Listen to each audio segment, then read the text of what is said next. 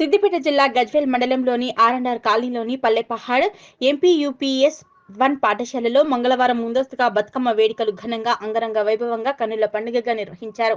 ఈ సందర్భంగా పాఠశాల ఆవరణను అందంగా ముస్తాబు చేశారు. పాఠశాల విద్యార్థినులు సాంప్రదాయ దుస్తులతో హాజరై ప్రత్యేక ఆకర్షణగా నిలిచారు.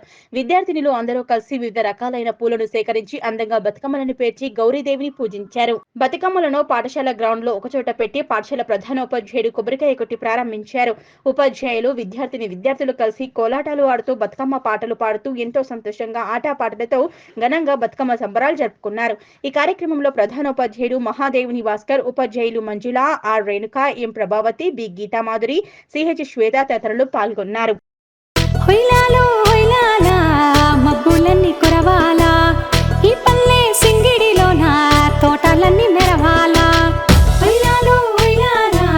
మబ్బులన్నీ కురవాలా, ఈ పల్లె సింగిడిలోన తోటలన్నీ మెరవాలా.